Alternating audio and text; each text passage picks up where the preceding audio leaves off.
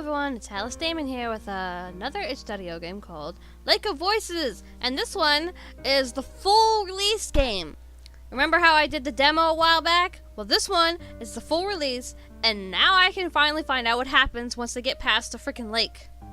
Also, happy Halloween, everyone! Let's get into it.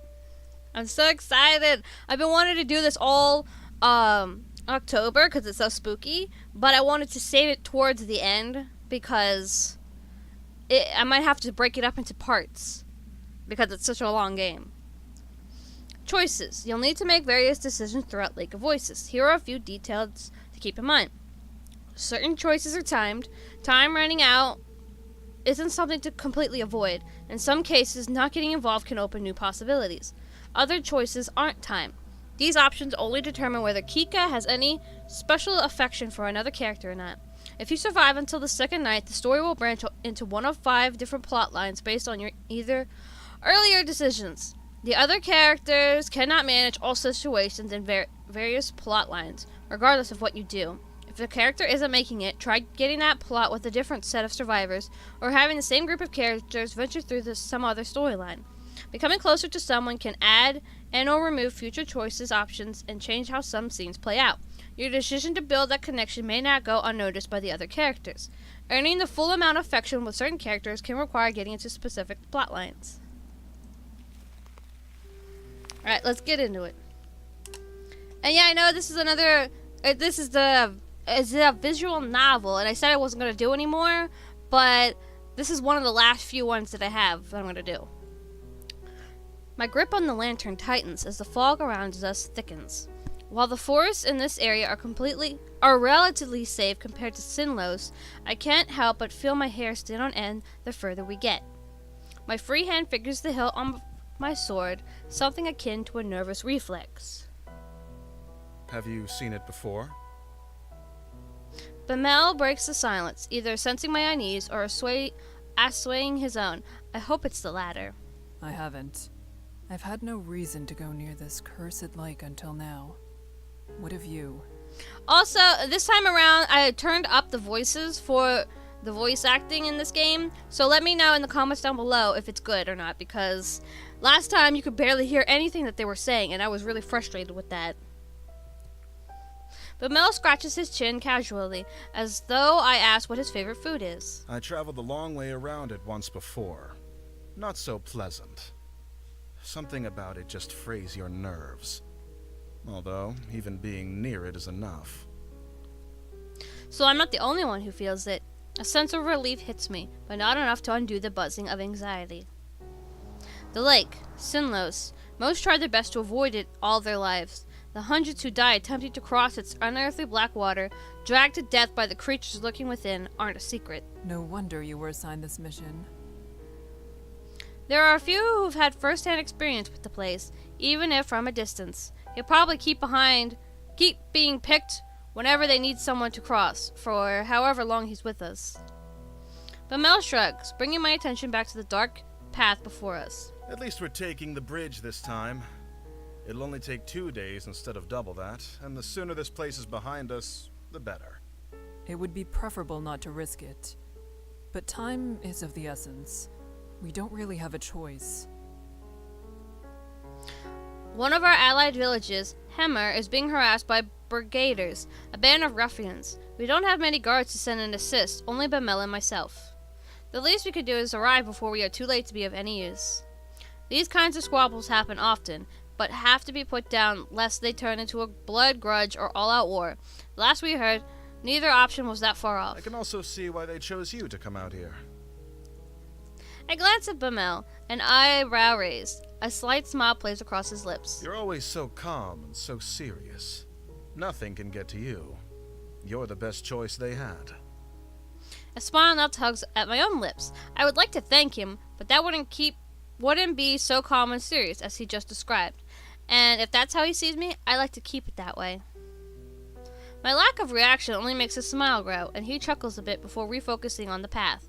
I do the same. It wouldn't be right to let my guard down in a place like this. Bemelle appears to feel differently, however. Oh shoot, am I doing it wrong again? Bemelle. I think it's supposed to be Bemelle. You know the town on the other side of the lake, though. It's not so similar to ours. If all goes well, perhaps we'll have enough time to enjoy the new area. For the most part, I ignore him, nodding when applicable. Bemelle is a talkative sort, and if chatting keeps his worries down and his sword hand ready, I have no complaints. After a time, the thick fog surrounding us begins to clear. A slick wooden dock comes into view, and with it the sounds of water gently lapping at its sides. And I'm sorry if this is all the similar parts, like that was in the demo, but until I get to the part where they cross the lake, I'm just going to keep reading it like I normally would, because in case someone hasn't watched the demo version on my channel, now they can know what's happening in this one. Bemelle shifts beside me, stretching his lantern arm as far as it will go. He seems tense. Someone's already here. A young woman stands by the dock, eyeing us warily. Does she intend to cross tonight? Evidently, she has the same question. As we step next to her, it's clear she isn't simply passing by. She's waiting. The stranger nods curtly to us. Margaret. You're so pretty! Kikka the Steadfast. Hello? Bemelle! Yeah, see, it's Bemelle.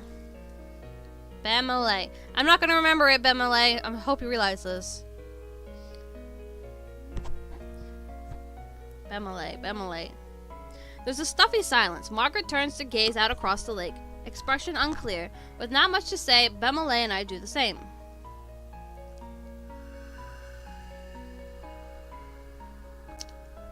From here, the black surface of the lake looks disarmingly calm. Wind rushes across its surface, a sound like whispering. Though perhaps it actually is whispering. I concentrate, trying to place the difference, searching for breaks in rhythm. After a few seconds, I feel foolish. It doesn't matter what the noise is. Whether I hear them or not, we're not alone. The Nixie are out there. A feeling that can't quite shake tells me that they've already noticed a little group of people on their shores. It feels hostile. My stomach sinks, and I instead address Bemelle. Where is the guide? Unless he's on the center island, or on the complete other side, your guess is as good as mine. It's dark as pitch out there.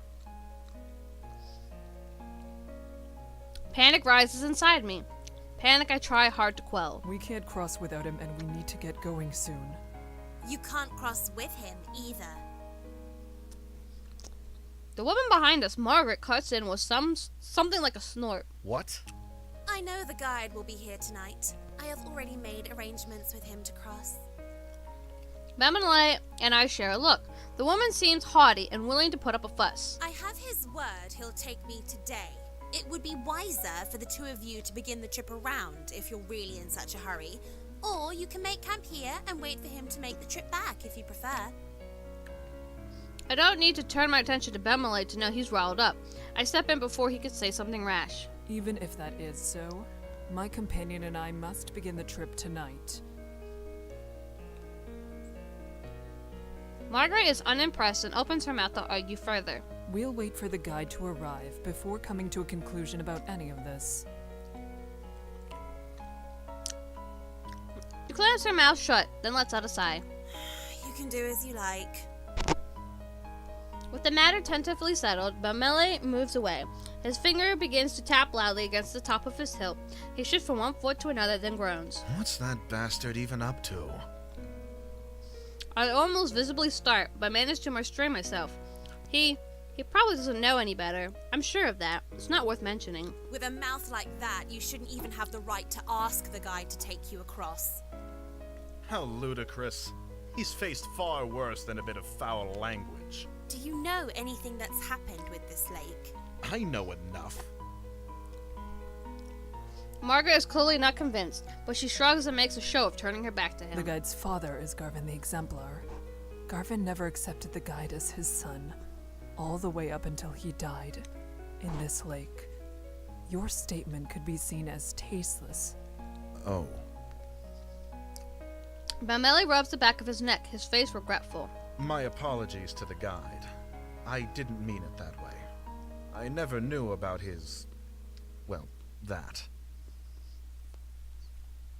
A smile spreads across my face, one I quickly wipe away. He really did just misspeak. The silence slowly stretches between the three of us, growing more awkward with each passing second. Margaret seems irritated, and Bemelle abashed. Wait. Here we go. And we are back. I just looked ahead and to see in the game if this is actually the demo or the full release. And so far as I could tell, without trying to spoil myself or anything, that it is the full game because it got farther than where I was last time. I believe. Don't take my word for it. Now I'm worried. I'm gonna go check my phone real quick. Be right back. And we're back. I just checked off of my last demo version of this. And yeah, this is definitely the full release of the game. But for some reason, it did save all of my progress. So I'm still gonna continue on normal in case someone didn't watch the demo. So let me pick my choice now. This is exciting. I finally get to know what happens. I'm sure you are forgiven, Bemelle. I know you. You are brash but not intentionally cruel. I'm sure all is well. Bemelle smiles and claps me on the back. You're a good woman, Kikka. Smart, too. You've never been here, yet you knew more of the guy than I did. I know about Garvin, truthfully. Tales of his deeds were some of the only stories my parents ever told. Is that so? You could tell me more about it sometime. I pause, unsure how to respond to this type of request. I would like that very much. Yes, I wouldn't mind that. It must wait until after this trip, though. Yeah, get your mind on the task at hand, Bemelle. Of course. We should drop this topic sooner rather than later, in any case. I agree. Even if there's no harm meant, hearing someone mention Garvin is probably difficult for the guide, no matter what the circumstances. No matter what the circumstance. With the topic dropped, we each remain locked inside our own thoughts. Not another word passes between us. Eventually, a small light appears on the bridge ahead, gently swaying through the foggy air. It gets closer and closer until it becomes apparent it's a figure carrying a lantern. That must be the guide, although I can't shake the ghostly aura it gives off. The figure steps onto the shore, but we wait for him to approach us instead of going to meet him. None of us are sure how close the waters we can get before it's no longer safe. He stops in front of us and simply stares. Are you the guide of Sinlos? The man nods. He has a sharp face and weary eyes. Well, that's grand. We would like an escort across the lake. Bemelle motions to the two of us, and Margaret approaches, a strange smile on her face. Hello, it's good to see you again. I'm ready to cross, as we've agreed upon. Also, I love your voice acting still. You're so awesome. The guide turns to face her as well, face remaining unchanged. It must not be a lie. He would have had to say something otherwise. She really does have preference to travel with him. That's a problem. Is there a way we can all begin the trip tonight? Yes, I will allow all three of you to go. But with that many, at least one will die before we reach the other side. But why, though? I still feel like that's still freaking messed up. I furrow my brow. It is a disturbing addendum, and one offered with little emotion attached. Bemelle glares back, asking without asking what we're supposed to do with such circumstances. You should go around. The sentence hangs in the air, the second half unspoken, if you want to live. We don't have time for that. There are people counting on us for protection. Why does she need to go? He jerks a finger at Margaret, whose face contorts with anger. I don't need to explain myself to you. My journey has already been put off once, and I was promised I could go today. I will be going under any circumstances. She meets Bemelle's eyes with a gaze of steel. He starts to speak, and she cuts in. An extra day or two shouldn't be that much of a problem for you. Whoever you're meeting can surely wait such a tiny amount longer. Patience is a virtue, after all. The night is only so long, and if we're still on the bridges when the sun comes up, we'll all die as they sink back below the surface. Oops, I might have hit the button before he finished talking. My bad. I was just checking to make sure it was still recording. So let me see what he said. Let's see. He said, if you don't decide soon, no one will be going. The guide is dispassionate, stoic. I'd almost feel something's wrong with him if I didn't share the trait myself. Bemelle pulls me to the side, jaw clenched tight. That woman isn't armed. Bemelle, stop it! His voice is low. He darts a glance at Margaret. We can easily get her to back off if we make this into an actual fight. After all, we have to go tonight, yes? If one of us really is to die, it'll be her. Would staying be a worse fate than her death? Bemelle, please stop. You always say that. I stare at the dock, refusing to meet Bemelle's eyes, and trying to keep my voice as level as possible. We don't know her situation. This isn't a decision we can make for her. Exactly! Listen to Kikka. What? Bemelle leans in closer, apparently have missed what I said. I remove the sympathy for her in my response when I speak again. The guide won't accept something like that, I assume. His face is grim. Then what else do you have in mind? First of all, you and I cannot split up. Either we both stay, or we both go. Right. That's not a question. I cross my arms, a hand on my chin. I have full confidence in my abilities and in Bemelle's, but there's no reason not to believe the guide knows exactly what he's talking about. If we go, he might not be able to give the group the attention we each deserve. That would mean we truly would be putting Margaret's life at risk on top of our own. Okay, hang on. Where's the save button? There we go. Save. Okay, here we go. I'm going to put this one here to save. Save. Okay, good. And then return. And then I need to load. Yes, load this file. I believe we should go. And I believe you. Because in my demo, I played the version where I said that we should stay behind or something like that. And so if you want to see what happens when we stay behind, go click on the demo version. And I'm going to not do that this time around, because it didn't end very well for anyone involved. Bemelle's reply is firm. My steadfastness seems almost weak in comparison to his certainty. He addresses the guide. We shouldn't waste more time. Let's shove off. The guide slowly turns around, without even a nod to show his agreement. Margaret stares at Bemelle and me. Bemelle, something of a resolve in her gaze. Then she follows after the guide. At least she didn't insist we stay behind. We should do what we can to protect her. It's our fault she's being put in even further danger. Exactly my thoughts. We will take care of everything. Maybe I'm being naive, but I have no intentions of letting anyone fall victim to this lake tonight. Those monsters can starve. That's only wishful thinking, bro. Only one. One has to die. That's the rule. I smile at him for a change, and Bemelle eagerly smiles back. We're lucky to have each other in this, I think. He turns to follow the others across. I will protect everyone on this trip. I will. We will make it through this. I wish that were the case, Kikka. I really do. Then I step onto the dock and join them. As soon as I step onto the wood, the temperature drops. The light of my lamp shines against the water's surface, as reflected as a mirror. Excuse me, couldn't breathe for a second there. Until we reach the land again. Death is only one small mistake away. We fall into line, with the guide leading the way. Margaret stays close to him, and I behind her, watching to make sure she doesn't slip on the slick, wet wood. Bemelle brings up the rear. Each of us holds our lanterns in front of us, but it does little good. The fog is thick and nigh impenetrable, consuming the light as it's hungry for it. Above the surface of the lake it's deathly quiet.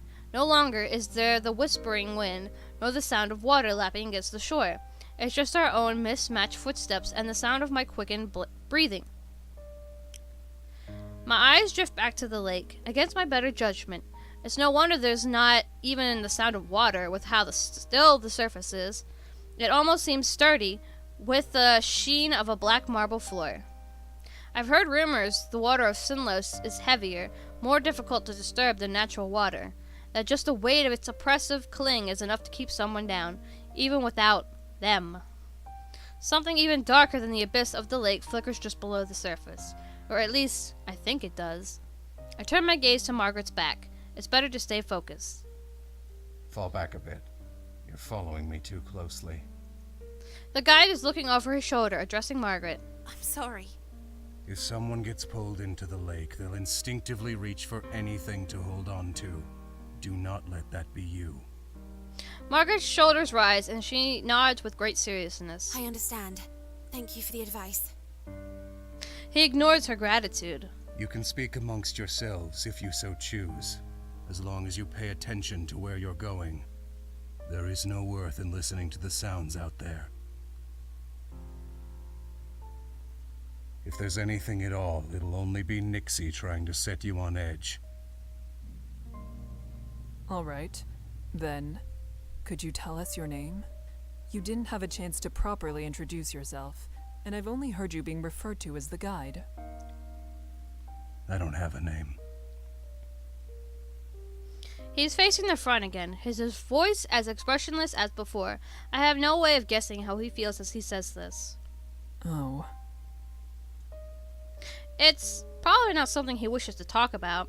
However, there was something else I wanted to say to changing to However, there was something else I wanted to say, so changing the subject is not difficult. Margaret, thank you for allowing us to join you. Margaret shrugs noncommittally. It wasn't exactly up to me. The guide said he would take you. She hesitates, and she looks tentative over her shoulder at me. But thank you for saying that. It's appreciated. Aw, Margaret, you're so sweet! I missed you! Bemelle and I will do our best to be an asset on this trip, rather than a burden. That's nice. I'm not afraid to be out here, though. Still, at least with your training, you should be able to take care of yourselves. I wish we could take care of you, Margaret! But one of us is not going to make it. There's too many people out here. It's comforting to know that everyone here is so confident in their abilities. Not enough to forget how terrible it feels to be over this lake. I'm not sure if that is fortunate or unfortunate. Believing yourself to be secure doesn't mean that you are. As the conversation lulls, a new sound breaks through. It's the whispering noise again. It's the chatter of inhuman voices, and this time coming from all around us. Taking care of yourself is exactly what you need to do. Yes, I want to, but I also want to take care of everyone else too.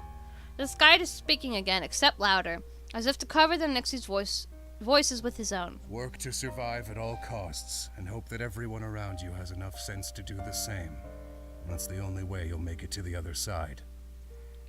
Margaret nods in response, but I hear a grunt from behind me. Groups tend to go further when they work together to achieve the same goal. Exactly, Bemelle. The guy doesn't say anything in response to Bemelle's grumbling either. I'm not sure whether he didn't hear Bemelle, or he just didn't feel the statements made thus far are worthy of addressing. I have a feeling it's the latter. We go around a large bend in the bridge, part of it forking off to another way. I wonder how the guide knows which one of these essentially identical paths is correct when something in the corner of my eye catches my attention. I believe I saw something over there. Please do not! Keep walking. No need to worry. Every time you say that, though, something's going to be worrying. The guide's voice is calm and level. I decide against the pressing the issue, not wanting to set everyone even more on edge. What did he say? Perhaps not wanting the conversation to be caught by the guide, he speaks softly, though I couldn't hear him because of it. Look behind you! Bemelle! I take my eyes off Margaret ahead for a moment to explain it to Bemelle, and stop dead in my tracks. Only one word is able to escape me in my stunned state. Behind Bemelle stands another figure, looming in the darkness. Seeing my face, Bemelle grabs the hilt of his sword. He whips around, then staggers swiftly backwards. Several meters away, a crooked, twisted black figure hobbles its way towards us. Some kind of liquid drips off its head, curling around the edges of its face. It almost looks like it's crying. Bemelle backs up until he's standing beside me. The figure continues its slow advance, head jerking from one angle to another. What on earth? It's one of them. Yes, Nixie that stumble across the bridges looking for opportunities. The guide is standing next to us. I didn't even notice him approach. The ones that can make it out of the water are generally referred to as prowlers. I had no idea things like that were out here. Is that what Kikka saw down the other path? The guide says nothing, instead returning to the front of the party. Margaret watches him pass. Her frustration morphs into nervous optimism when something seems to come into her mind. Well, Nixie aren't slowed down much by swords, but at least the light keeps them away, right? Margaret's hands grip her face tight, and desperation bleeds into her voice. I bite the inside of my lip. Direct light will force it to return to the lake. However, it'll try to drag the light, or you, down with it before it goes. Instinctively, I reach for the hilt of my sword, despite the fact it will do little to protect me. The prowler is getting closer, jerking forward, stopping, then resuming its slow advance. Okay, does anyone have a light we can leave here? That way it won't follow us. Only matches. Bemelle spits. He's the one bringing up the rear, so he's the one most likely to be in danger if it keeps following. The guide, however, moves forward. Don't forget it's there, don't let your guard down, and don't get left behind. What? How am I supposed to keep walking with this thing at my heels? You said it wants to attack. Don't give it the chance. Bemelle sputters in anger, and the guide similarly ignores him. I subtly grab hold of Bemelle's upper arm. Here, I'll lead you like this, and you can keep your focus solely on the prowler. Make sure it doesn't get too close. Yeah, keep an eye on it. Bemelle guides with unresolved hostility. Bemelle eyes the guide with unresolved hostility, but allows himself to softly sigh in relief. He gazes at me with fondness. At least there's someone I can count on. Yeah, I hope so. I hope we can all get through this. Despite the fact I'm going against his advice, the guide says nothing more. It's clear now that he doesn't care at all what we end up doing. Some part of me is glad for that.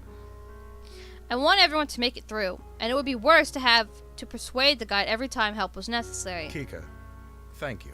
I'll do my best, dude. Bemelle places a gentle hand on my shoulder. Hang on. I'm hitting the history button. Do it. Alright, I'm gonna save. How many more save slots? Okay, so, I'm running out of save slots. Once I run out, I'm just gonna go save over my demo saves. Okay, return. Sure, why not? I feel Bemelle start as I reciprocate his touch, but just as quickly a smile replaces his shock. The moment is pleasant, a small balm against a large burn. I harden my expression, and Bemelle follows suit. He moves his free arm down. I fully link his arm with mine, and now, properly settled, look forward. Margaret is following the guide with some reluctance, turning back every so often to check on us. I wave my lantern to signal we're catching up. Margaret returns her head to the front and quickens her pace. With a tug on Bemelle, we start to follow them. The four of us continue cautiously over the bridges. Only this time, the wet, squishing footsteps of the prowler join the sound of our own. In spite of myself, I grip Bemelle tighter. The prowler walks without a set pattern, sometimes fast, sometimes slow. It takes long steps, then short ones. At times, it stops walking entirely. Does it hurt to be out of the water like this, or is it trying to be difficult to read? Suddenly, the whispering in the lake grows louder. I steel myself, trying to not let it get to me. The most important thing in a situation like this is to remain calm. I can't lose my head. Then all at once, I notice the guide and Margaret have come to a halt. Bemelle, they're stopping. Bemelle slows down as I do, and as we near Margaret's back, she says something with akin to distress. There's another one. Oh, great! Now there's two of them. I tug on Bemelle, and he understands.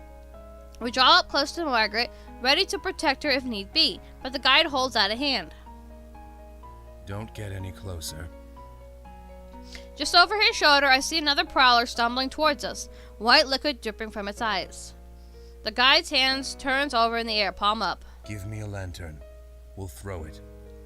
Margaret extends her own with a trembling hand when Bemelle speaks instead. his back still turned. If you have to take someone's, take mine. Yes, an extra light won't do us much good when we're standing this close together. Margaret takes Bemelle's lantern from him, guarded relief displayed on her features. Thank you. No problem, Margaret. She hands the lantern to the guide, whose hand grips it tightly, knuckles growing pale. Stay here. I can't throw it too far. The light will blow out before it reaches the Nyx. He steps closer to the monster, his movements light and confident. As he nears, the prowler starts to back away. Is it only the approaching light that's making it retreat, or are they afraid of him? The guide is far enough away from us that the fog is partially obscuring him, hiding his movements. The voices from the lake grow louder and louder. Water suddenly begins to splash across the lake, in the distance and onto the edge of the bridge. They want him to mess up. Then suddenly, the guide takes multiple long and fast strides forward, throws the lantern, and jumps backwards to regain the lost distance. There's a sharp hiss and then a deep splash, and the voices of the Nyx grow quieter. Not silent, but quieter. A sigh escapes me, and the guide comes back to our group. We should keep going before it comes back. Yeah, we should. I glance at Bemelle, and he realizes he too is looking relieved at the guide before us. And then I see it. Ah, crap! The first prowler. It's still there. It's right there. Pull Bemelle forward, quick! I shift around, pulling Bemelle behind me. The prowler lunges after him, barely missing Bemelle, but striking my lantern instead. The fire goes out, and the two of us are plunged into an unearthly darkness. Then there's a sixth splash. I realize the Nyx has retreated into the water. Somehow, Bemelle and I are still standing. We're still here. Kikka, thank you. I can't respond. Something cold, wet, and slimy has grabbed my ankle. Oh crap! Help me! Kick it off! I kick my leg out as fast as I can, and the Nyx hold slips. I can't pull with the momentum I've gained against it. Margaret rushes to my side, her lantern hanging out towards the Nyx. The light brushes its face. We see it for an instant, its eyes wide, and then it slides back into the smooth surface of the water. Bemelle grabs Margaret and I both, helping us towards the center of the bridge and cussing under his breath. I only looked away for 1 second. Yeah, I told you to keep an eye on it. What are you doing? It's fine, Bemelle. We're all fine. Yeah, for now, but what about next time? Are you actually alright? Margaret cocks her head down, examining my ankle, but there's nothing but a wet smudge around my trousers. I am fine. For now. I say that, though, I don't actually want to let go of Bemelle. I need to in order to relight our lantern and provide us actual safety, but I feel such a strong desire not to be alone in this moment. I shake my head roughly and let go of him, relighting the lantern as fast as I'm able. Kikka, thank you. Again. You saved my life.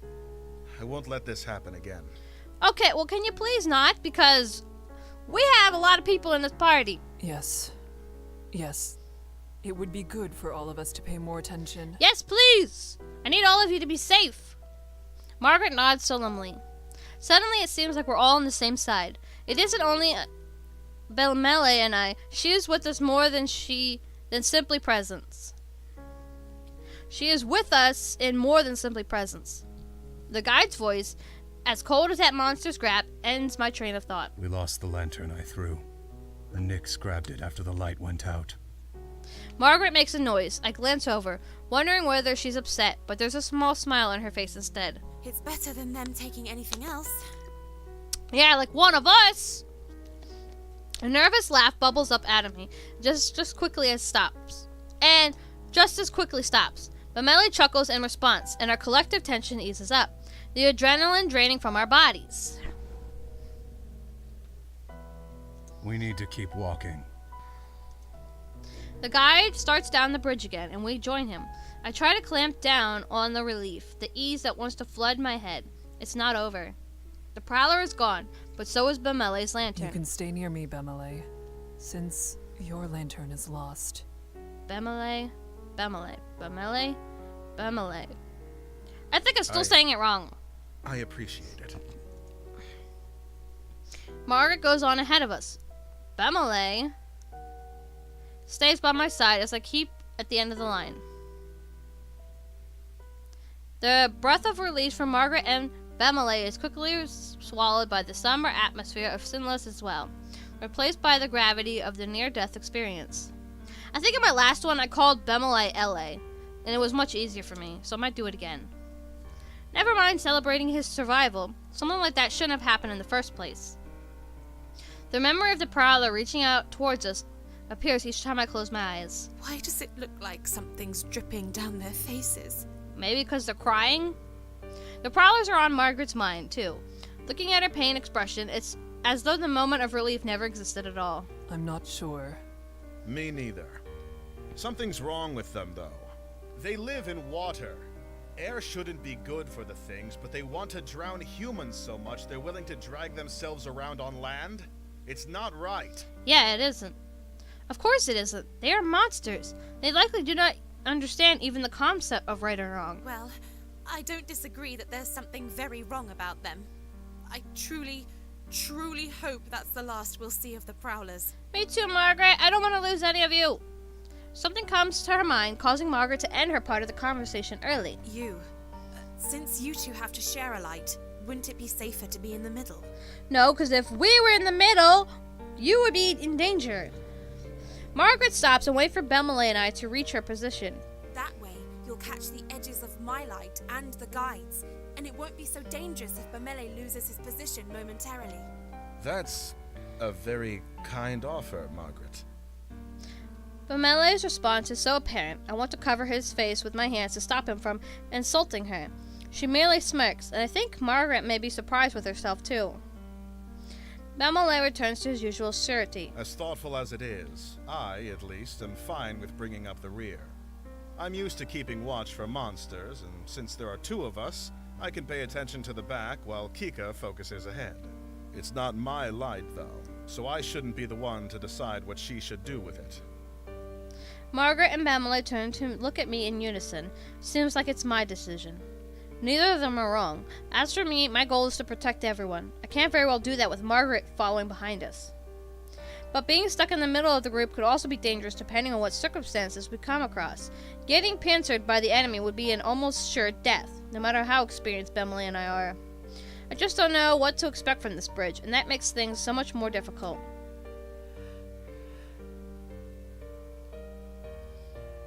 Hang on.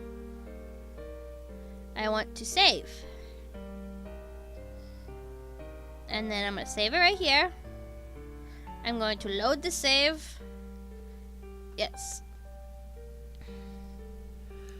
The current format has worked so far. So you're staying behind? Yeah, it's better for you to be in the middle. Seems like it. Yes, I think we'll be good here. But really, thank you. That was a very kind offer. Well, alright. Margaret respects our decision and trots ahead a bit to catch back up with the guide. He who has paid no mind to the entire affair. So, I don't want to sound like a child, but how much longer until we arrive at the halfway point? Margaret chuckles, reflecting the amusement I don't want to vocalize. We still have some ways to go. Damn. I suppress my laughter yet again at his pouting response. The gloom we've been under dissipates slightly, and the light flickering through the fog. The first trial tends to be the most difficult. I believe we will only react better from this point on. I hope so. I like the way you think. Oh my gosh, L.A. Then a gleam enters L.A.'s eyes, and he grins. I think Kikka deserves a round of applause. Her quick reflexes are owed the utmost appreciation. Oh, why thank you, L.A. He leans softly into my shoulder, trying to get me to... What? It was indeed a sight. You're quite capable. Bemelle was also a sight, but for very different reasons. The way he froze with his mouth all agape was a laugh in itself. Yeah, I know, right? L.A. shakes a fist at Margaret in mock anger, then shoots me an affectionate look. You should know, she and I are usually on equal footing. Yeah, okay, sure, tell everybody that. The only reason you had footing at all is because she pulled you back. L.A. laughs self-consciously, scratching his head. That's very true. You can always count on Kikka. Aw, thanks! I keep my eyes steadily ahead, unsure how I should respond. I'm pleased, almost grateful, to hear what they think of me. But I don't know what I could say that wouldn't seem pathetic. Instead, I contribute the best way I can. I keep my focus on the path ahead of us. Without a response from me, the conversation quickly dies out. Still, it eases my heart to be on such friendly terms with my companions. You all are so precious! After some time, I notice Margaret isn't keeping up with the guide as much as she was before. I realize it's because the guide has increased his pace. Margaret begins to jog in an effort to keep up with him, and Bemelle and I do the same. Despite this, the guide keeps getting further away. Can you slow down?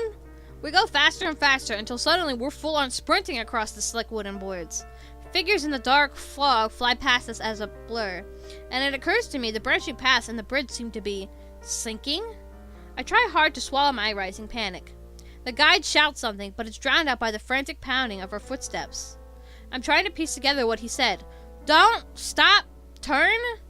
When he takes a masterful sharp right turn down a different path, using his own momentum and the sleek wood to slide onto the new direction with no loss of speed. Margaret must not have worked out the warning either, as she is completely caught off guard by the guide's change in course. She runs straight ahead, past the turn, and continues on the path we've been following up until now. She clumsily begins to halt her momentum down the wrong bridge. Then I come up the fork. Wait! Stop!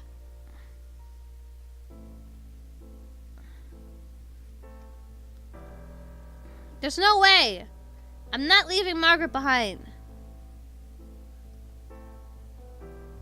I keep straight ahead, not making an attempt to go to the correct direction.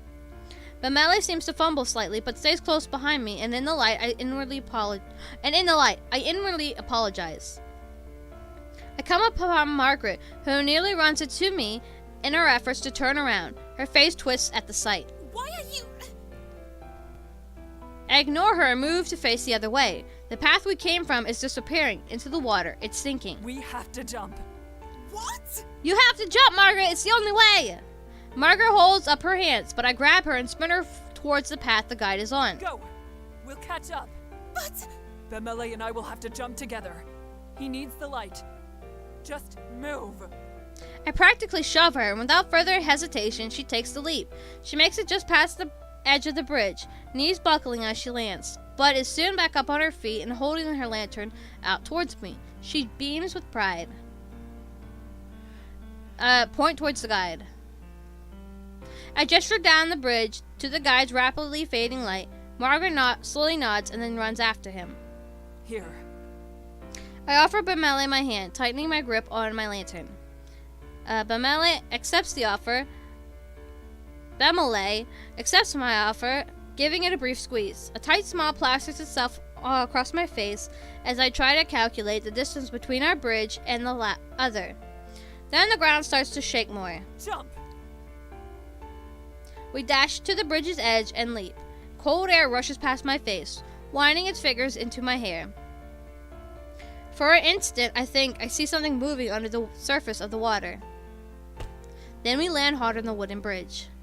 Thank God you guys are safe! L.A. lets out a sigh of relief as we both quickly get fully back on our feet. He gently rubs a thumb over the top of my hand before he releases it. There's a clear sense of affection to it. Stay close. We need to run. I'll be right behind you. I take off, not bothering to ensure Bemelle is staying true to his word. I know he'll follow. The guide's fading light bounces in the distance, a clear signal that he's still running. I focus everything I have on catching up.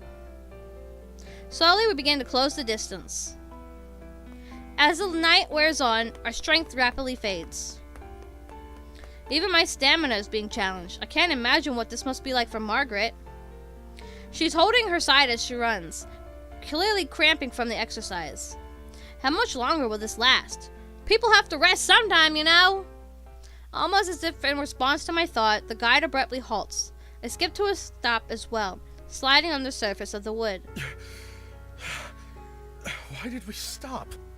Bemelle's voice is tired, but his guard is up. The guide doesn't answer, just stares at something slightly out of view. I step up to join him, following his gaze further down the path. There you are! From the demo! Sweet precious baby! There, curled in a little ball, illuminated by the lantern's light, cowers a person. His hands grip his head, and he rocks from side to side, mumbling incoherently. It's a man. sorry. I'm sorry. I'm sorry. I couldn't. I just couldn't. Please. I'm sorry. I'm struck with an array of questions. What is going on? Why would he wander out onto these bridges on his own? Did he make it this far by himself? Were there others with him? If that's somehow the case, I can't blame him for the state of shock he's in. The man stops mumbling. He glances above him, seemingly only just now having the strength to lift his head. His expression, the deep sadness along with the clear markings of terror, are scrawled across his face. I stare at him in shock, not sure what to do. Leave him. I will not! I will not do such a thing! I snap my eyes away from the man and instead the guide's cold, implacable face. No! We can't just leave him here. We've managed fine enough already, and these creatures will probably pluck him away as soon as we've gone. Without light, it's certain he'll die. He won't make it regardless. The guide seems to turn to look at us, his eyes seeming to glow from the closeness of his lantern. For the first time, I feel uncomfortable in his presence. Whoever shelters him will only risk dragging themselves down with him. Leave him. Never! I glance at the others. Bemelle is outraged, but Margaret is staring at the man with something like fear. She's uneasy, but she doesn't voice her concerns. I'm trying to think of some kind of compromise when the guide speaks again, his voice cutting. If the man comes, then whoever is shielding him will have to remain at a distance from the rest of the group. Far enough that you can't see me, just my light. That is how you will travel across the bridges. I didn't agree to lead this man, and I won't. If you ask me to, I will leave you all behind. Adrenaline surges through my veins, and I tense up. It's a painful reminder that the guide isn't here to save our lives, but merely to show us the way. We're on our own. Margaret, Bemelle, and I frantically share more looks between each other, trying to communicate without words. None of us have a desire to speak and be the first to make a choice. The man is standing now, though still hunched with his arms wrapped around himself, as if expecting a blow. He stares at the ground rather than at us. Because of this, I'm having trouble reading his face. What exactly happened to him? Are you well, stranger? Do you know where you are and why you're here? He glances up, not at me, but towards me, his eyes resting somewhere near my collarbone. I'm fine. You all can go on your way. Forget you even saw me here. No, I will not do such a thing! You are out of your marbles. That's absurd. You have no way to defend yourself. We can't leave you. Yeah, we're not! Yes, I'm sure in your eyes I might not seem like much, but that's a fair shake. Maybe in a perfect world, every man would be as large as you. But that's not how things always go. Doesn't mean I'm defenseless. I don't want to hear your excuses. You are coming with us, whether you like it or not. The man's response is meandering. The words themselves seem to be in good jest, but he's still barely looking at us, fidgeting with his hands. Bemelle frowns, unimpressed. It was a joke. I don't want you joking about things like that. I don't take that kindly. He smiles hesitantly, making eye contact with each of us for the first time. What part of it was supposed to be the joke? Do you even realize what is happening in this moment? Never mind. Forget that too. Point is, I'm alright. No, you're not. You were curled up in a ball when we met. Exactly. Something must be wrong with you. Oh no, sounds like you've been talking with my father. He lets out a weak little laugh, coupled with an eyebrow raise, voice trembling. No one really knows what to make of this. The man gives a small wave and begins down the path we came. L.A. huffs, tossing his hands into the air. That's not even the right way. It could be, if he's trying to get to the side we came from. He must have come quite a ways if it was the other shore that he started on. The man's smile grows. Good. That's not so bad. There's no response to this remark, unsure of what could be said. I still think he should come with us. A person needs a light, and the guide himself said he won't be able to manage on his own. Sticking with us is his best option. Exactly. I look over the man's body, noticing the scrawniness of his limbs. Scrawny, but not necessarily lacking in muscle.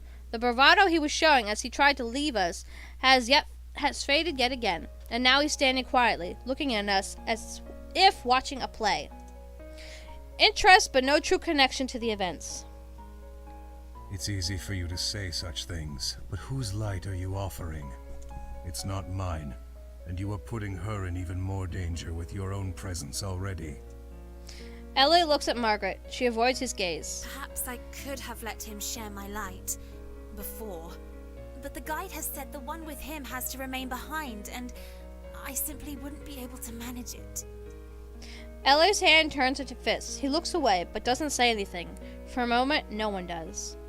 I feel a cold sweat on my brow as what I feared come to pass. He's stopping us from protecting another. Why must he get involved now? Why can he not leave us to make our own decisions? You... Don't worry about me. I'll be on my way now. Oh no, you will not! The man's voice is full of something I cannot place, and he starts to shuffle back down the way we came, arms still clenched around himself. Margaret might not be able to take him, but there's another way this could be solved. I could stay back with him. It'll put Bemelle and myself at significantly more risk, but at least this man will stand a chance. Obviously! I straighten my arm out like a rod, blocking his progress past me. He stops, perplexed. Also, I probably should have saved, but I wanted to make sure I got this part. So if I have to change the outcome in the next video, I will. I am not afraid to stay behind as long as Bemelle can remain up front with you in your light. The guide doesn't say anything, doesn't even blink. Margaret covers her mouth with her hand, muffling some sort of gasp. Bemelle smiles sadly at me. One can always count on you, Kikka. You're darn right you can.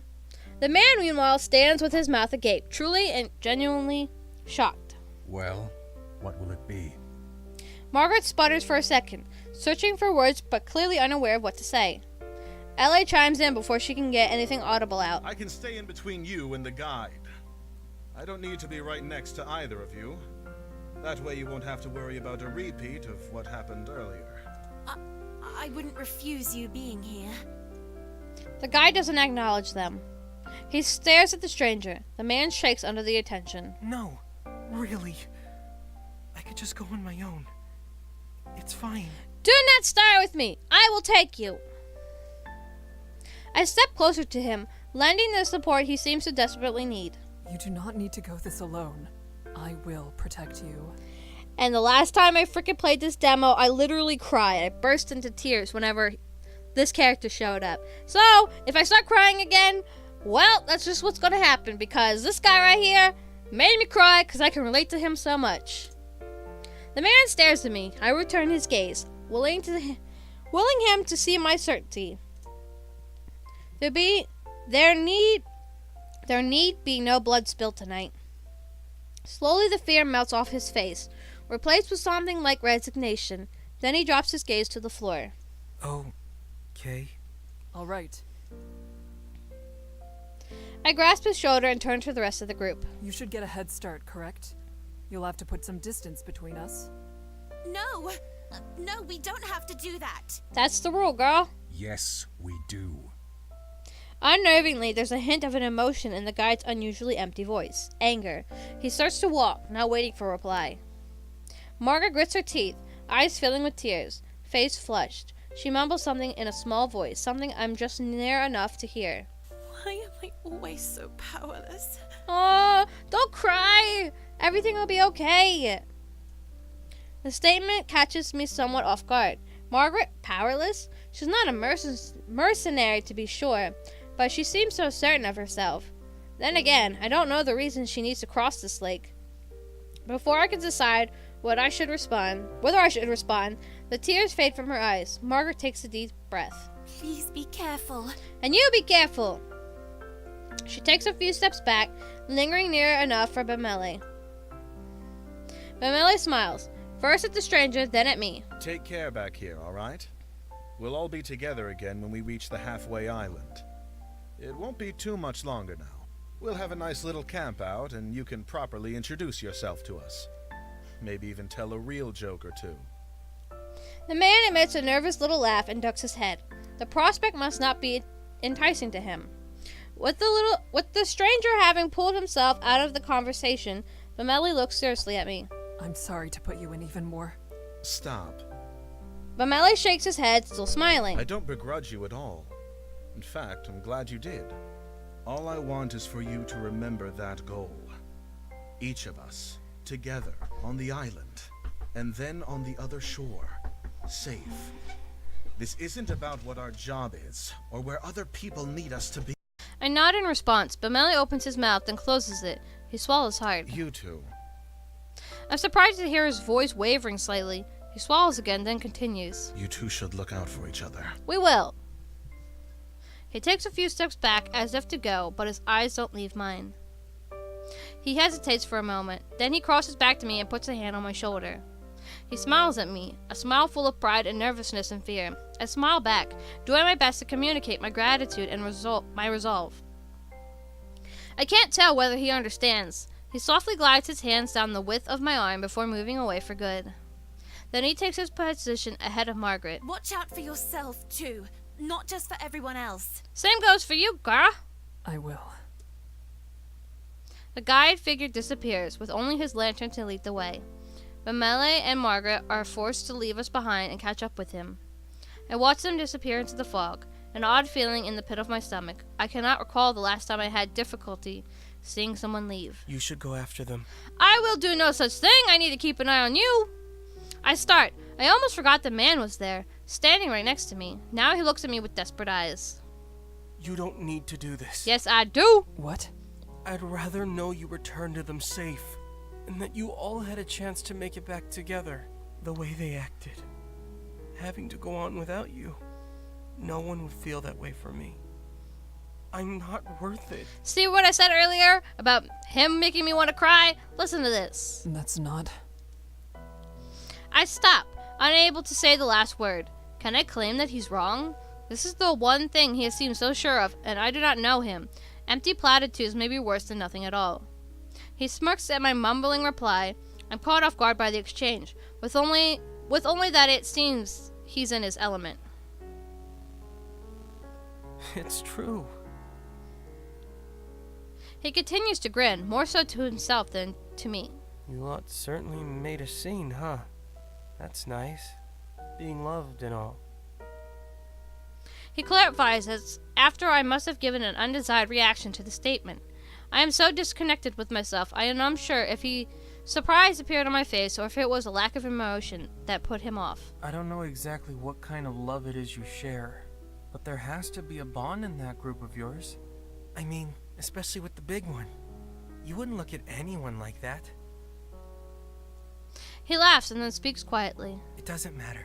I can still try for the other shore. Go. Do not start with me. I am not leaving you behind. My certainty shocks him. I can tell immediately he has returned to his meeker self. The man starts to speak again, but I interrupt. We should start walking. That should be enough of a head start for them. He hesitates a moment, but ultimately begins walking at my side. I'm relieved. I can never be quite sure what will come from this one. We move in silence. The man doesn't seem to want to speak anymore, but he keeps glancing at me as if expecting something. Somehow his odd behavior is comforting rather than disconcerting. Perhaps because he's more nervous about this than I am. It's putting me at ease, making me feel more capable. I shouldn't allow myself to get comfortable, however. We're in a more dangerous position than ever. The whispering from the lake, so faint after Bemelle's close call, now surges forth. It grows nigh unbearable, the creatures teeming below the surface. I dare not speculate on what has them so excited. Have you a name? The man chuckles dryly. Barely. I don't really know what I am to take from that. This time his laugh is more of a bark, quickly out and swallowed back up. Then he frowns. Lou. Only 2 letters. So barely. Lou, please stop. I see. What are you doing out here without the guide?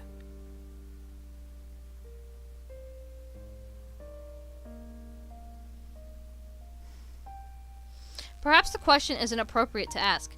After all, only the darkest of circumstances spurs someone to cross Sinlos, but this situation is very strange. I might even go as far as to say it's suspicious. I know that's not fair, but I can't help it. Years spent anticipating danger have made me wary. That's a good question. I'm not sure I know myself. What does that mean? Is that some sort of joke too? Or do you genuinely not remember how you arrived where you are? No, it wasn't a joke. Or, well, there is a point to it all. Then his voice, already by nature light and airy, drops to a whisper. But I don't know why I even tried. You'd think that I'd be able to call a spade already, right? He looks up, noticing my gaze still leveled at him. Then he shrugs. I'd rather not talk about it. Well, you're going to tell me. As what has become the norm, I don't fully understand what he means, but I can at least guess that he's not very happy with himself at present, and like it or not, he won't be sharing his real reasons with me. What about you? What brings you out on this little adventure? I gotta go save a town full of people. People. On the other side. People who need my help. You have someone waiting on you? Then why are you risking yourself on me instead of worrying about what's going to happen to them? Because you're important too, bro. I feel my brows furrow from my speck of alarm. Is that really what he took from this? I survey his face with a flick of my eyes, but there's no mischievous gleam to his look now. He's serious. We hold eye contact for a moment until he yet again stares down at the ground. Sorry. I didn't mean to be disrespectful. It just fell out somehow. I wasn't thinking. You're important as well. His stare shoots back up at me, eyes wide. Of course I'm going to be there for those counting on me. But you aren't nothing. I won't simply turn my back on you. He smiles sadly, the kind of smile only someone who has experienced great hardship has, a smile I'm all too familiar with. I probably have to disagree. Still, that's nice of you to say. We may not know each other well, but you wanted us to go on without you for our own safety. You even tried to have a sense of humor about it. That counts for something. My statement is far from grand, yet he becomes distinctly bashful all of a sudden, twitching his legs with each step. He hangs his head and mumbles his next phrase. Sadly, he seems unaccustomed to receiving praise. That's true. Thank you for staying back with me. It's kind of nice. Of course, Lou. No need to thank me. Oh, right. I can't even show gratitude correctly. Of course. Oh, stop it, Lou. I go to give him a look, but he's smiling. He looks less pitiful than usual. He almost seems content. While crossing sinless? How? Why? It is not funny to make a joke out of thinking that way about yourself. It's not. Tell him how it is, Kikka. If you don't want people to say things like that, then you shouldn't reject their things. Either I did right by thanking you, or I did wrong. Fine. You're welcome. This time he lets out a real laugh, though a short one. I'm glad. He stretches his arm out in front of him and elongates his stride so he's walking a bit ahead of me. It sits wrong with me. He was relaxed and completely unguarded. And he's even fine with distancing himself from the light and all the odd comments he has said so far. Then a thought strikes me. Maybe the reason he's so calm is that he doesn't care what happens to him. My heart plummets into my gut. For a time, there's a relative peace in the silence between us. Then Lou sighs heavily. I never could have seen myself in a situation like this. It seems things really aren't over until they're over. Did you think it was over? He doesn't answer immediately. When he does, the reply is accompanied by him grasping himself, like he might fall apart if he lets go. Yeah, I did. That would have been the normal outcome for his situation.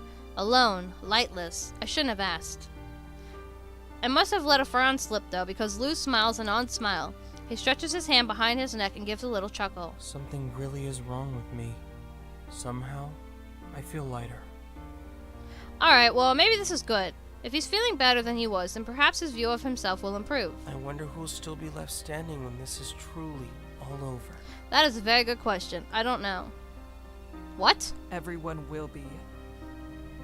I say it firmly to end the discussion, but Lou's expression grows grave and unusually sympathetic. You know that's not possible, don't you? Someone will go. You should focus on making sure it's someone else. Lou, I'm going to make sure you and the others, to the best of my ability, cross this island. You don't seem to be Cross to the concerned island. with self-preservation.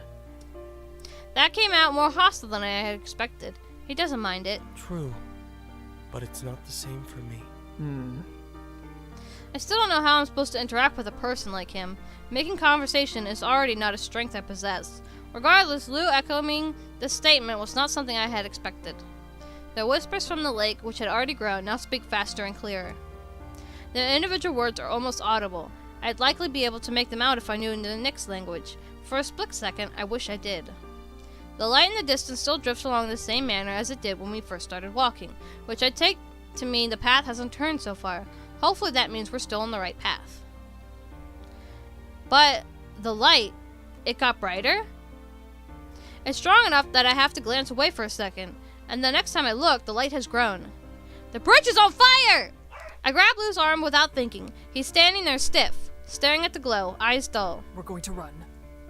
The heck with the guide's order. If we don't go now, we will never go anywhere again. Lou doesn't respond. I give his arm a small tug, and he appears to come to himself when he nods at me. I make the decision then that I won't let go of his arm. I don't know what will happen to him if I do. We take off, the heat growing with each step. The dark dankness of the bridge means the fire is spreading slowly, but it makes me question how it began in the first place. There is no end to how wrong this place is. It takes 20 paces before the air around us ripples, then starts folding onto itself. Thick smoke pours over us, stinging like scorpions at my eyes. I cover my mouth with my free arm to keep breathing, and soon we're at the fire itself. The bridge lurches beneath us, as if the beams supporting it are starting to give way to thousands of flying sparks. Lou stumbles and pulls against me for support, but we keep our ground. I start pulling him through the blaze. We don't have time to gather our bearings. Who knows how long we have until the bridge collapses or is devoured by flames. As we push through the smoke, Lou wheezing for breath beside me, figures emerge, Bemelle and Margaret.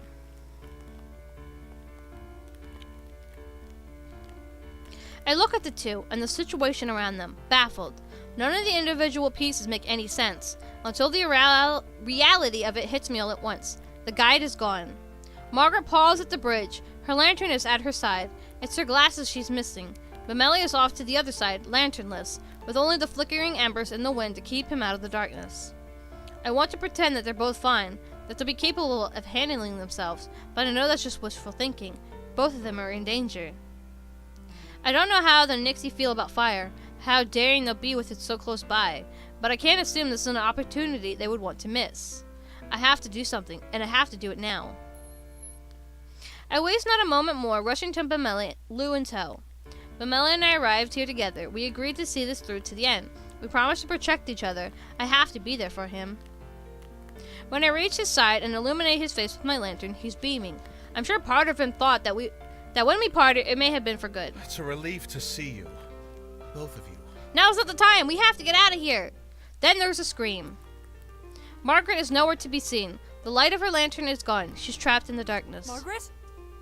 Did she move? Did she fall? Did the bridge collapse? Kikka! I hear her and turn in her direction. There, through the smoke, I see her looking up at me. She's trying to stand, but she's struggling for some reason. Then I see a gleam of white on slick back behind her and understand why. Run! And Nyx grabs hold of Margaret's dress just as she gets to her feet. It pulls. She slams back to the ground, head hitting the bridge with a sickening thud. Margaret groans and starts to yell. Let go of me! Let go! Quick, do something! She's flailing, kicking her legs and arms. She's disoriented. She doesn't know where it's coming from.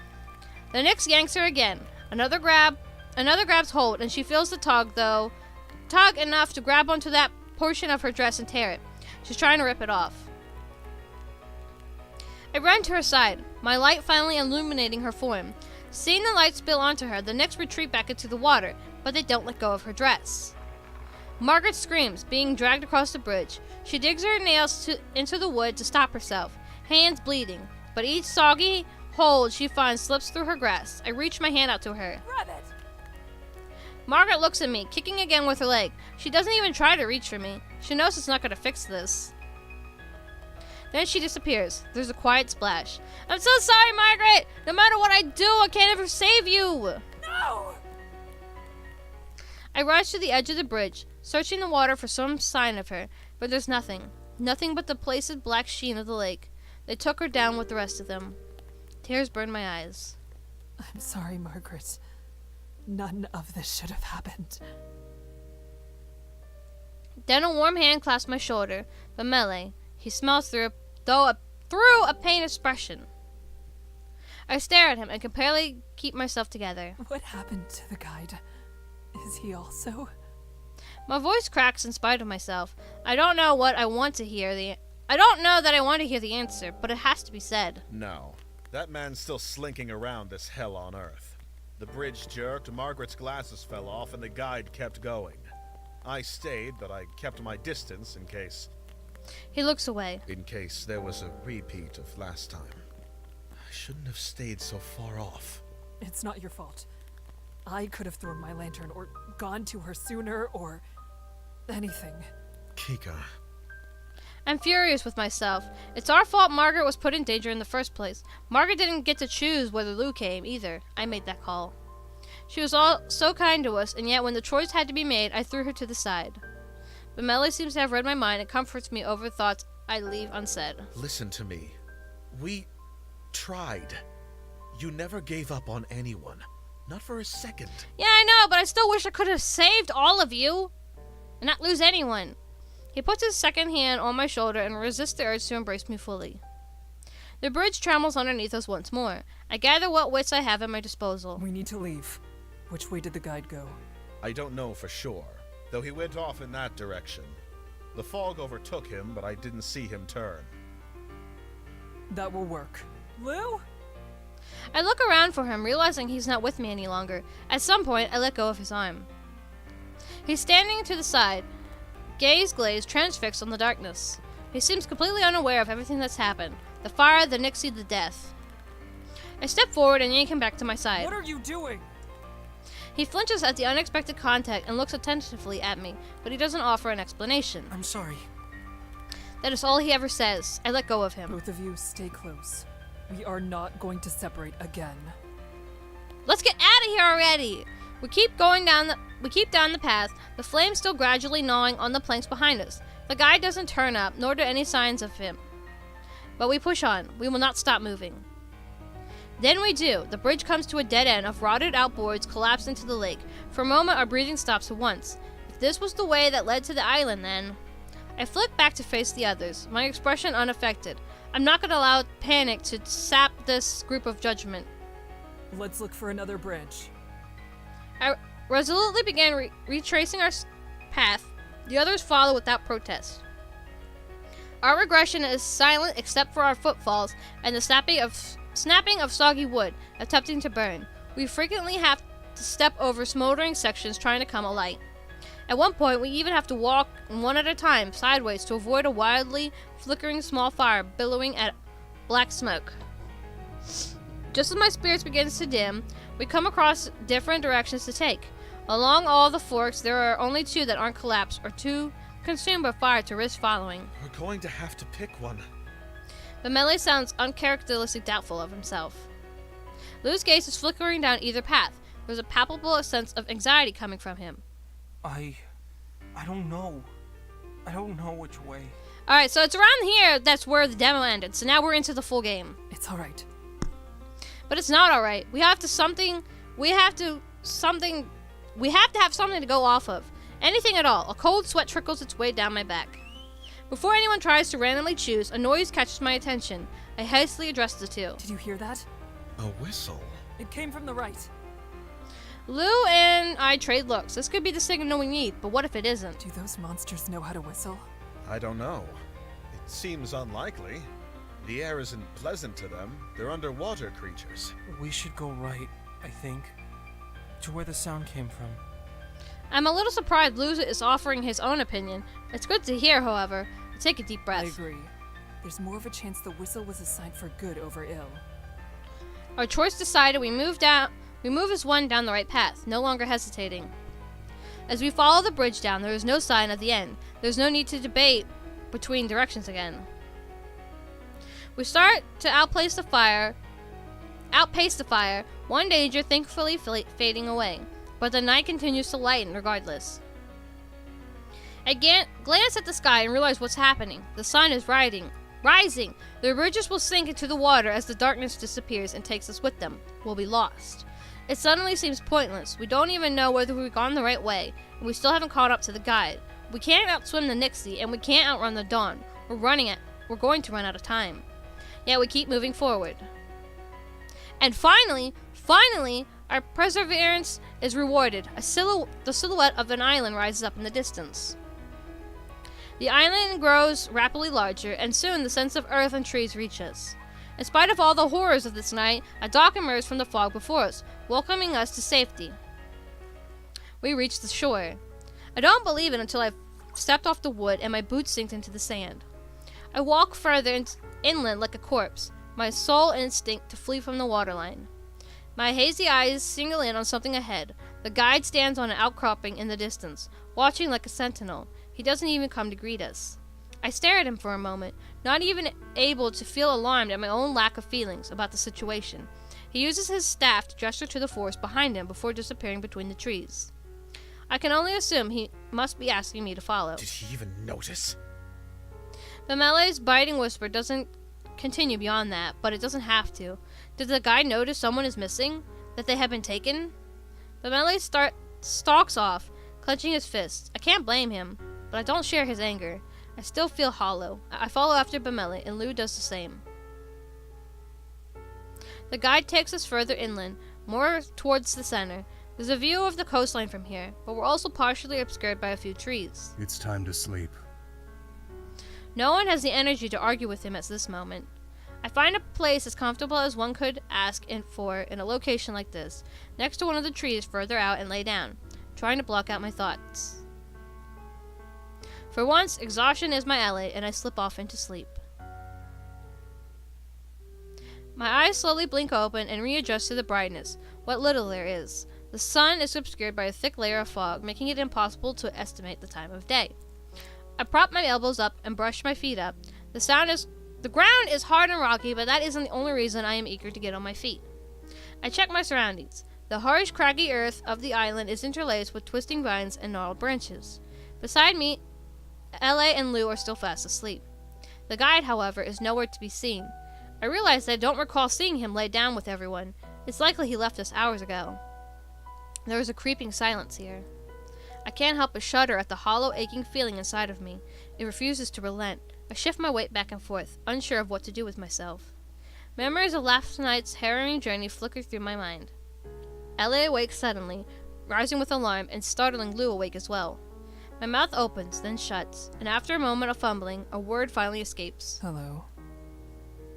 L.A. gives me a gentle smile and makes his way over to me. Behind him, Lou remains on the ground. Morning. A pocket of quiet descends over us. L.A. sighs. The atmosphere is weighing on him already. We should eat something soon. I don't trust what is on this island, so I'll have to split my supplies with Lou. I still have a few rations left. I'd be happy to contribute. Don't worry about me. I'm fine. I'm not hungry. Lou, I swear to God, you are not doing this to me. Lou's back is turned against us. He still hasn't gotten up out of the dirt. You should eat. You have to keep your energy up for the day ahead. L.A. speaks encouragingly, like he's coaxing a nervous horse. Lou buries his head deeper into his knees, and he curls into a tighter ball. No thanks.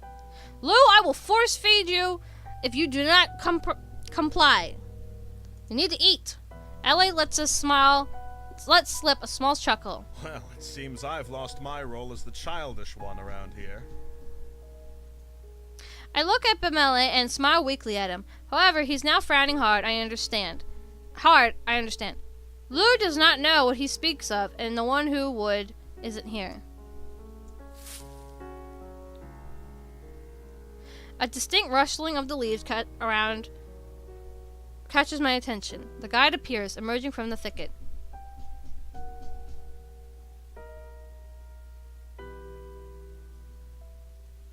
L.A. glares at him, and he makes his way over. Lou doesn't seem to notice, as he's still facing away. The Nixie will not tread on land in daylight. However, being near the shoreline is still dangerous. If you leave the center of the island, remain cautious. Before the sun sets, I will be in this area. would be wise to meet me here before nightfall. Why didn't you stay with us last night? I sharply turn towards Ellie as he snarls and confronts the guide. If you had just been there, none of this would have happened. She didn't have to die. The guide stands unflinchingly and completely unaffected. If all you're going to do is leave everyone to be lost, then why bother guiding us at all? Despite Ellie's severe words, the guide apparently considers his piece here finished. He turns towards the forested area from which he came. Wait, Ellie calls out to the guide, reaching towards him. Before he can make contact, I quickly place a hand on his shoulder. He lowers his arm to his side, though I can still feel warmth, wrath emanating from him. We stay this way until the guide disappears from view. Ellie begins to kick at the ground, spraying tiny pieces of gravel about. Bemelle, I know you're angry, but regardless of our feelings, we need the guide. If he leaves us, we'll all die. and we've done so well with him. I give him a cold glance. We won't know even which bridge to take without the guide. But Ellie knows that. This needs to stop. There are people counting on us to make it back. And what of Lou? We can't afford to lose our way. The anger etches into his expression, fades into sadness. The anger etched into his expression fades into sadness. You're right, Kikka. You're right. He weakly swats his hand in front of his face, as if he's trying to shoo away his racing thoughts. I can't stay here right now. I nod, allowing him to leave alone. Lou Mickey calls to me. I turn around to face him, though I don't speak. He's standing some distance away. He fidgets and glances over to the side, before returning his gaze to my eyes. He gestures for me to come closer. And since this has been a long video, and I wanted to have at least a little bit of the full game in this, so it's not just like the demo that I released on my channel, demo video that I released on my channel, I'm going to leave it here, and in the next part, we will find out what happens on day 2 of surviving the freaking Lake of Voices. So this has been Alice Daemon playing The Lake of Voices, and I'll see you all in the next part.